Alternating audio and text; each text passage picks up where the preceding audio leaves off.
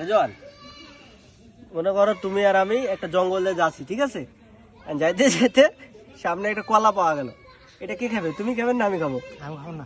তুমি খাবেন না? না, কে খাবে, তুমি না আমি? আমি খাবো না। তাহলে আমি খাবো, ঠিক আছে। তারপর যেতে যেতে যেতে যেতে যেতে যেতে তোমার একটা মুচি পাওয়া গেল, জঙ্গলি মুচি। ওর কাম সবার গুয়া সেলাই করে দেয়। কার গুয়া সেলাই করবে, তোমার না আমার? তোমার। আচ্ছা ঠিক আছে, তোমারই হলো। আমি তাহলে গুয়া সেলাই করে নিল। তারপর আবার যাচ্ছি যেতে যেতে সন্ধ্যেবেলা তোমার একটা জঙ্গলি মানুষ সামনে বাইরে ছিল। আর কামই হলো মানুষের গুয়া মেরে দেয়। তাহলে গুয়া মারাটা কে খাবে? তুমি। আমার তো গুয়া সেলাই করা ভাই।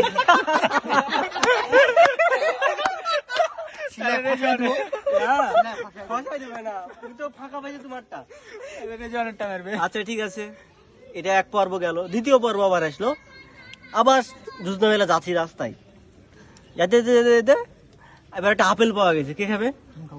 রেজান খাবে তাহলে আপেল। আচ্ছা ঠিক আছে, তাহলে মনে করো আবার আপেল খাওয়া শেষ তোমার। আবার আমরা সামনে যাচ্ছি, যেতে যেতে যেতে আবার শালা ওই বোন মুচি ধরে ফেলছে।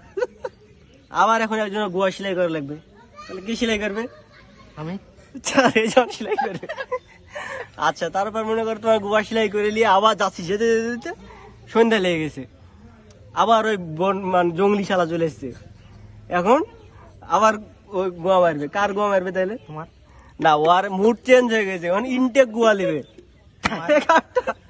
আমারটা তো খোলা, তোমারটা সেলাই করা। ইনটেক। ঘুরে ফিরে মারা খেয়ে গেল, ঘুরে ফিরে মারা খেয়ে গেল রেজওয়ান নাকি? যেদিক দিয়ে যাবে সেদিক দিয়ে। গরিবের পক্ষে সবাই মারে।